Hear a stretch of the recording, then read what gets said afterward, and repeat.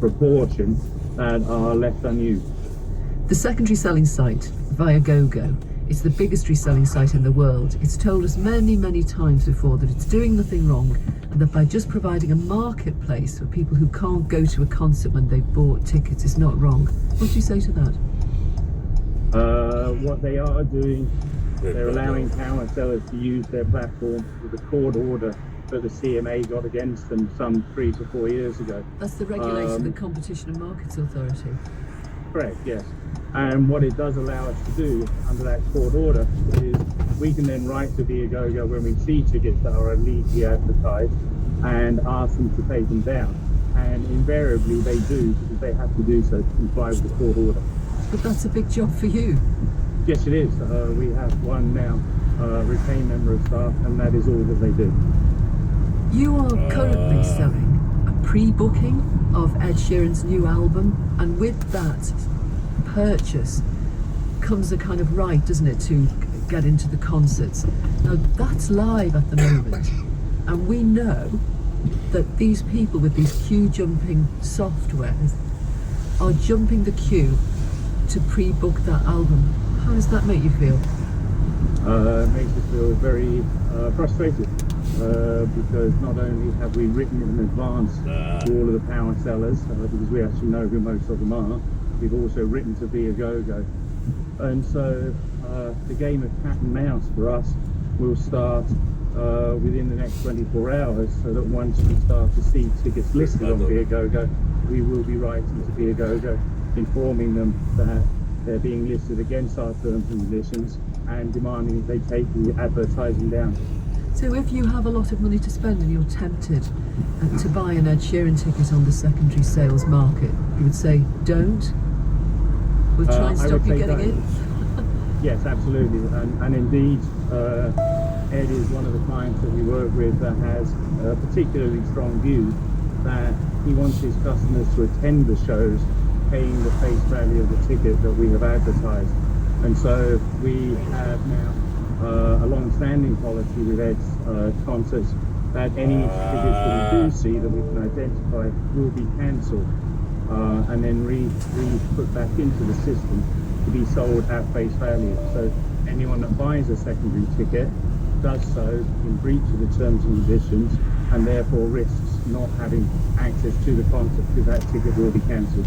That's Stuart Galbraith. Well, yesterday I spoke to a politician who's done a lot of work to try to stop ticket touting online, the mass harvesting of tickets in that way. He's Kevin Brennan, the Labour MP for Cardiff West. He's on the House of Commons Select Committee for Culture, Media and Sport. And that committee's investigated ticket touting, and it was its recommendations that led to the change in the law that we've been talking about. There were amendments introduced in the Digital Economy Act, which passed in 2017, which was meant to stop the bulk purchasing of tickets from the primary market for resale at a profit using bots and jump in the queue and so on. But I felt at the time that not strong enough provision was taken, and people are either finding ways around it and claiming that what they're doing is legal, or they are doing things which may well prove to be illegal. And we've also had companies like Viagogo who have been the subject of investigations and sanctions from the Competition and Markets Authority, but are still operating and reselling tickets at vastly inflated prices, which they shouldn't really have hold of. What more can Parliament do about it? I'd like to see stronger measures taken to actually outlaw the practice of reselling on tickets at highly inflated prices beyond the face value. And it's become the general practice these days. It's almost impossible for a genuine fan or consumer to obtain a ticket at the advertised face value price. And I think there should be a limit on what can be added if a ticket is sold in the secondary market. But what shouldn't happen is that prices should be allowed to be inflated to absolutely extortionate levels, which are just often putting money into the pockets of people who are not the artists or not the venues and so on, but are people simply in the city to take tickets. But just as we're speaking right this minute, so it is now Tuesday afternoon at 2:10 on the Viagogo website, there is a ticket for sale that's £8,849. Now if you tap on the face value of that ticket, it was £380. Yes, and so if you were somebody who had access to this software, you wouldn't have to have too many tickets in order to make quite a large sum of money. If you're making thousands of pounds profit on each ticket, people have become very sophisticated. This is not just, the guy on the corner who's got a couple of tickets in his pockets. These are people using sophisticated software, changing all the time to try and get around the systems that are in place for the sale of tickets in order to exploit the system in this way and to bump genuine fans and consumers from the front of the queue to the back of the queue and take the tickets and resell them at a profit. And what's interesting about this one, this particular seller, is that there are 2 tickets for sale, and on one of those tickets it says meeting up with the seller, that you must meet with the seller, because they're using a loophole in the rules which says that you can buy tickets as a gift providing that the person who purchased the ticket is with the party.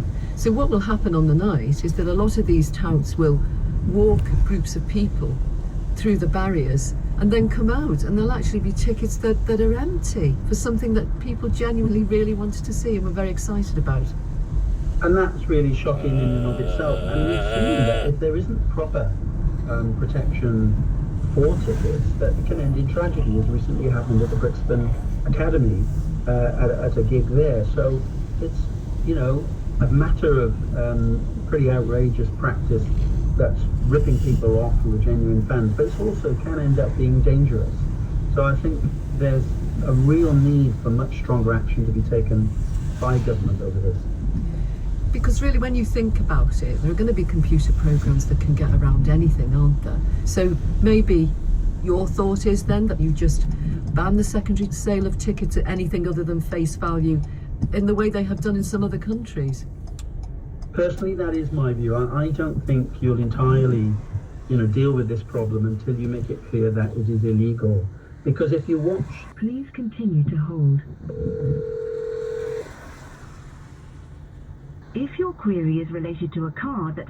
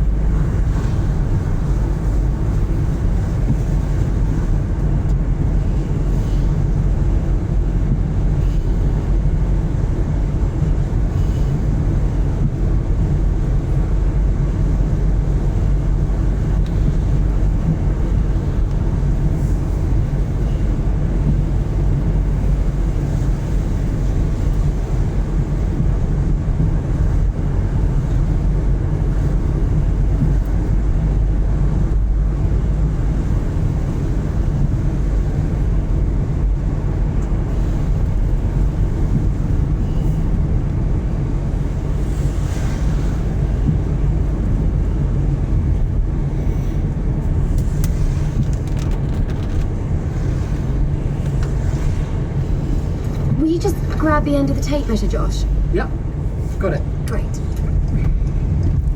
I am sorry, Lily. Why? I didn't realise Auntie Sheila was going to tell your mum about you moving in. Not that quickly. We can't keep things quiet in our family, Josh. You ought to know that by now. True. Anyway, I should have said something earlier. I'm going to go, by the way. Ow. I was just worried about upsetting Mum. Was she okay? I think so. It's a big change for both of us. So, will your chest of drawers fit? Should do. Now, all we have to do is find the ideal third person to complement the household. Actually, I was going to talk to you about that. We don't like each other's suggestions. Look, I really don't think you've given Courtney a fair hearing. Veto. Hey! You vetoed Dom. Yeah, fair enough. Would it really be so bad if we asked Freddie? I reckon it could work, the three of us. No, it wouldn't. It might not be as bad as you think. You're right. It'll be much worse. Lily, please. Okay, fine. Offer it to Dominic. What? I've changed my mind. Tell him he can have the room. It's too late now anyway. What do you mean? Dom's found somewhere else. Well, there's got to be others. Ambridge isn't exactly handy for most people. No, but Our options are pretty limited. Why not stop wasting time and just ask him? I'll put more effort into looking. It's a hopeless cause. Please. Okay. But if you can't find anyone by the end of the week, I'm asking Freddie. That won't be necessary. Really? One thing's for sure, Josh. I've not made this decision to have Freddie follow me here.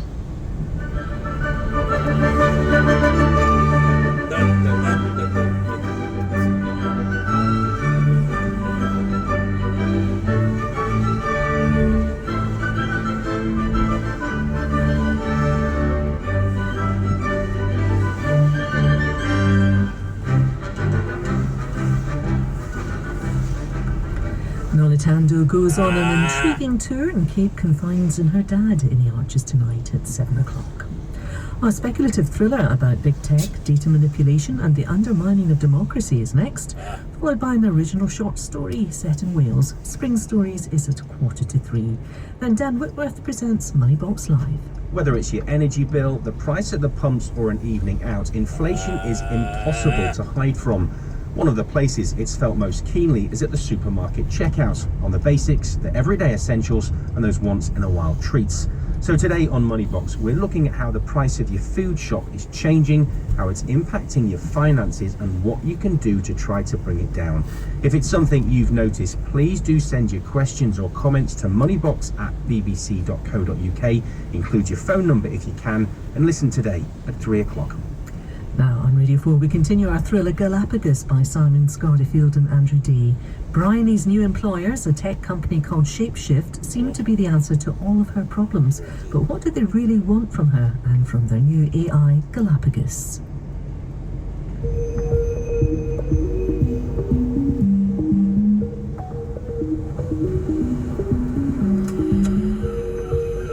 Listening to my own voice, telling it now, I mean, there were lots of times I could have put more of the pieces of the puzzle together.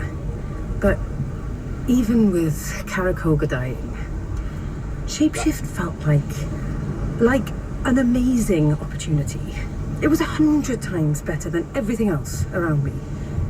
My sister Gaynor getting sicker by the day. Poor Ewan falling to bits. I mean, with all that happening, it was wonderful to have this great salary, a boss who believed in me, clients all over the world. Big shit going down everywhere. Galapagos by Simon Scardifield and Andrew Day. Part 3.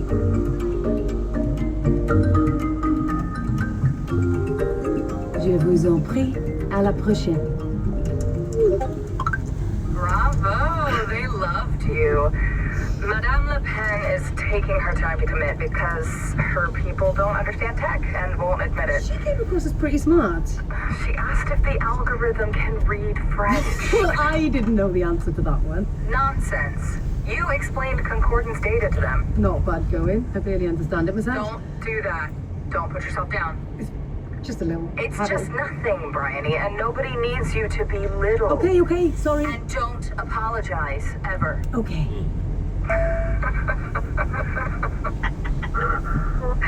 I might not be able to take the girl out of Port Talbot. What was that? What? When you laughed, it sounded... Oh, it's the microphone. It smooths out glitches in the signal, but stretches the sound waves, changes pitch, and, stuff. I wanted to say it's good that I'm here for Gaynor and Ewan. Thanks. He's home. There's a delivery bot coming with a green screen arriving there tomorrow sometime, so we can drop in whatever backdrop we like on your calls. Where do you fancy calling from tomorrow? Ooh, how about Kuala Lumpur, wherever that is? What did I just say? You know the capital of almost every country in the world. Don't pretend you don't. How do you know I know? We not only record your calls, but also put them through textual analysis software that assesses and predicts your levels of knowledge. Okay, my fault for asking. Now, tomorrow. You ready for the would-be governor of Oklahoma? Will repealing gay marriage mess with his ratings? That's the issue, right? It comes down to whether there are more votes in being homophobic or anti-homophobic. And we'll explain that he can be homophobic for the homophobic voters and anti-homophobic for the not homophobic voters. If he works with us. Feeling good about it? Yeah. I need that confident version of you at all times. Understood. Confident. Even when no one's looking. Someone's always looking though, right? Right.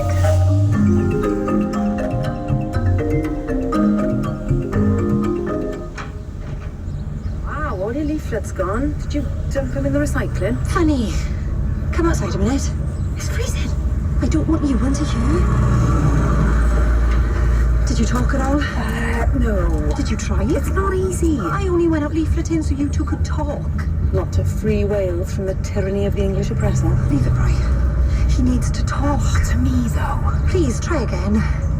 I'm pretty sure he's smoking something, you know.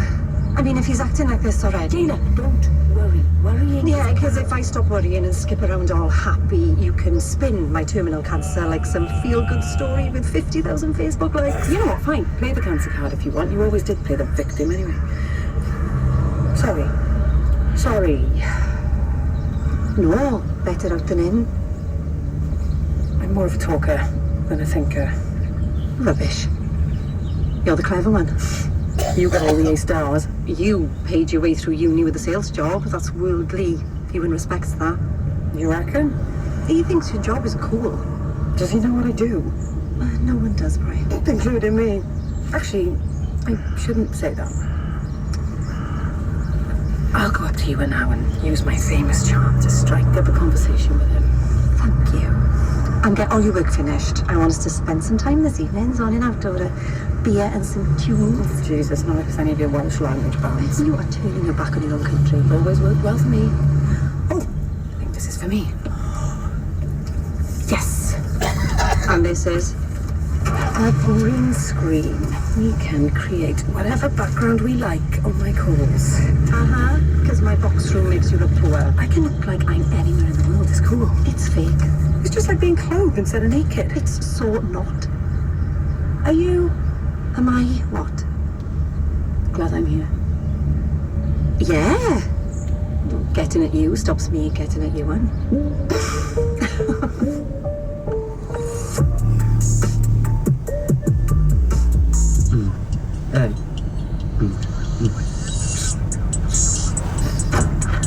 So, could you,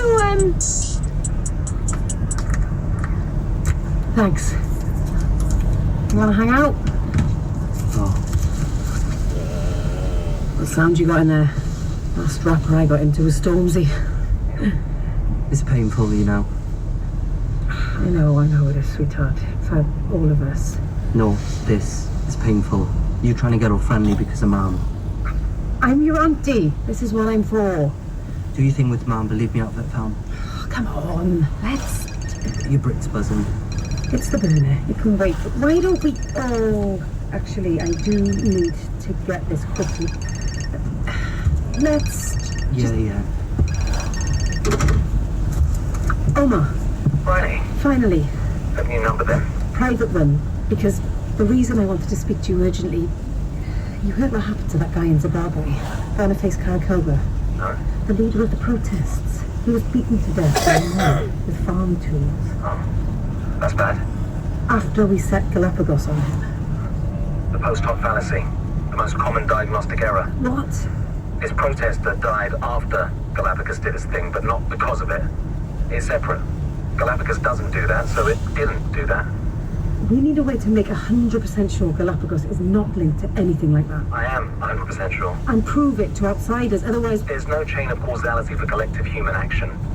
What's that, inhuman? If I walked into a pub before a football match wearing the wrong team's colours, I could be kicked to death. What's the cause of death? Colour of my scarf? No.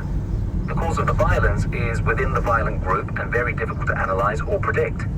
Right, I get that. I mean, it was a random act that killed him. You can't blame Galapagos. Of course not. Crowds of ordinary human beings have the same behaviour patterns as pathological individuals. That's why all social interaction should be limited. That sounds like an Omar Aziz solution. That sounds like irony. It was. And it'll be better when you've built in your... What did you call them? Tripwires? And feedback loops, yeah. But I won't be doing that. Because... I don't work for Mayfair Interventions anymore. Since when? Same day they fired Max. You too? It's great. I got an insane payoff and this Sydney woman is fixing it for me to go to MIT and do research. Listen, this is my personal phone. Use it from now on. What for? To speak to me. Oh. I suppose you'll have questions about Galapagos still. And you.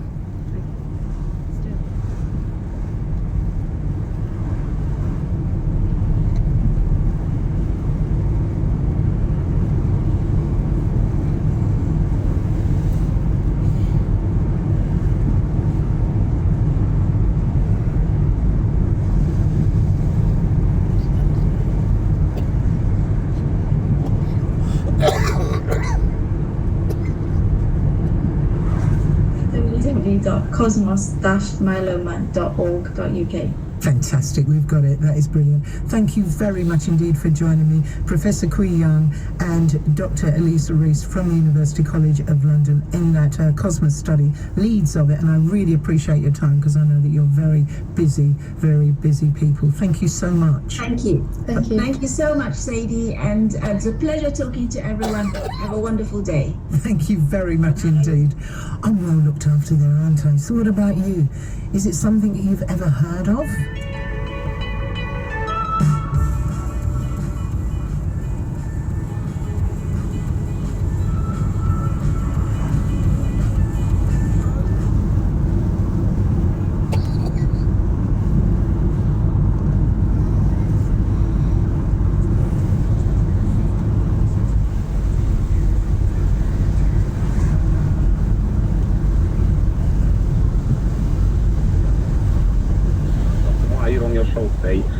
He's supposed to be a football commentator.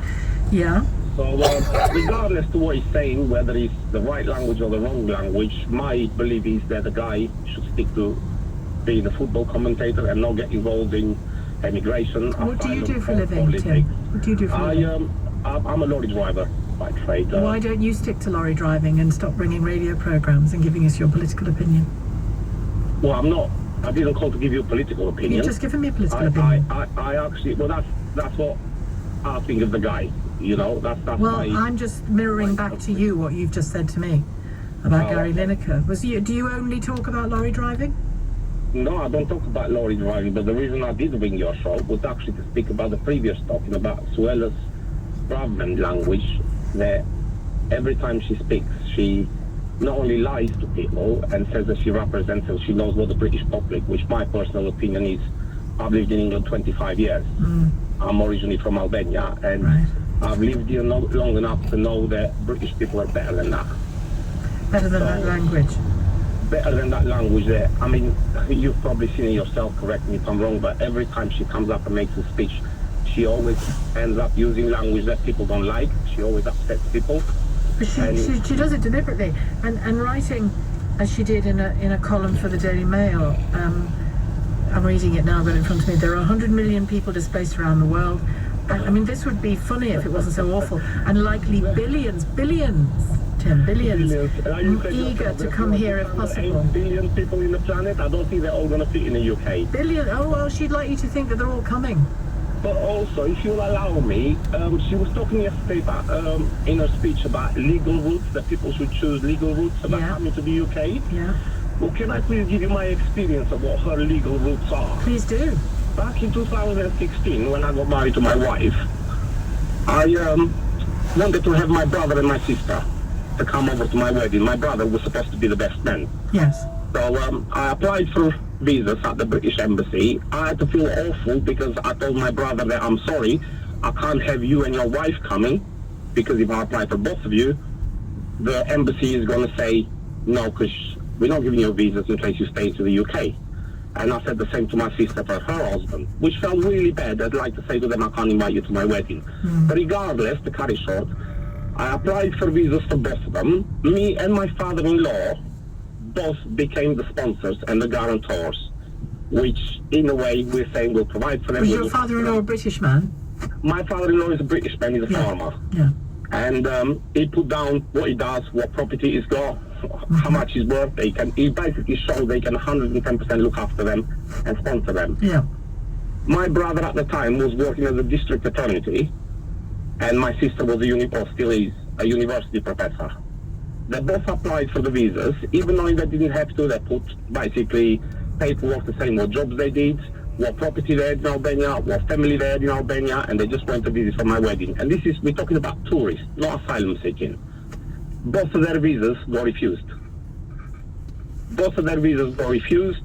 Then obviously I've started then to try and find out why.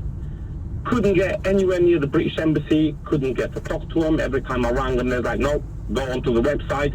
I went into the website. My wife was sending emails saying, can you please explain to me why the visas? This went on for about 5 weeks. That was giving me £1.50 a minute numbers to call, and it went on for about 5 weeks. I was approaching the wedding.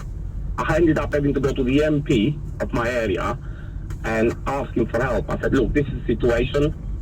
Oh yeah, we can get hold of them because we got a different number for the embassy. We can talk to them. One phone call and the MP was told, oh, tell them to apply again, they'll get the visa this time. Simply because the MP had called? Just because the MP had called, because I said to him, I can't get hold of them. I just need a number to speak to him and say, why are you not allowing my brother to come to my wedding? They came. And they did came, but then that was at a cost of, it cost me hundreds of pounds chasing them with expensive phone calls over here. Yeah. No, Tim, I have to leave it there, but that's an interesting example. That was just to come to your brother's wedding. That wasn't to come and live in the UK permanently, just to come to your brother's wedding. Thank you, Tim. Tim in the Isle of Sheppey. It's 2:30. Let's get the headlines from Amelia Cox. The Prime Minister has accused Sir Keir Starmer of standing in the way of stopping small boat crossings, but the Labour leader says Rishi Sunak is deluded if he thinks the government's latest attempt will work. The RMT union will hold a referendum on a new and improved offer from Network Rail on pay and benefits. Last night it suspended all industrial action for Network Rail workers. And the Duke and Duchess of Sussex have begun to use the titles Prince and Princess for their children Archie and Lilibet. It's understood they will only be used in formal settings and not in everyday use. LBC weather, rain, sleet and snow moving across Wales and central and southern England. Brighter further north, but there will be scattered snow showers for northern Scotland. Highs of 5 degrees. This is LBC. My favourite thing about London is its parks. Green spaces and fresh air are essential to all of us in this busy city. I know that the quality of the air we breathe can also have a major impact on our health, so it's so important that we clear London's air. That's why the Mayor of London and TfL are expanding the ultra-low emission zone. From the 29th of August this year, ULEZ will expand across all London boroughs to help the 5 million people in outer London to breathe clearer air. More than 4 out of 5 vehicles already meet the ULEZ standards. To check your vehicle and see the support available, search ULEZ 2023. It was the best of times, it was the worst of times. It was the age of high inflation and taxes. It was the season of stocks and shares ISAs. Don't let your savings get eaten away this ISA season. Open a tax-free investment ISA today and make this the best of times with up to £1,000 cashback when you transfer to us at bestinvest.co.uk. You work hard for your money. Best invested. Your capital is at risk. Tax rules apply and may change. Terms apply. If you've bought a timeshare, did you really get what you expected? Or were you sold a dream that's now a nightmare? With high maintenance fees, loss of exclusivity, and limited availability, timeshare ownership for many is now just a liability. MyTimeshareClaim.co.uk has helped thousands of owners who are missold exit their contract and receive compensation. For advice and to find out more about your options, text ASSIST to 78900. I'm Fiona McKillop, specialist in periodontics at the Darwin Tanner Dental Practice.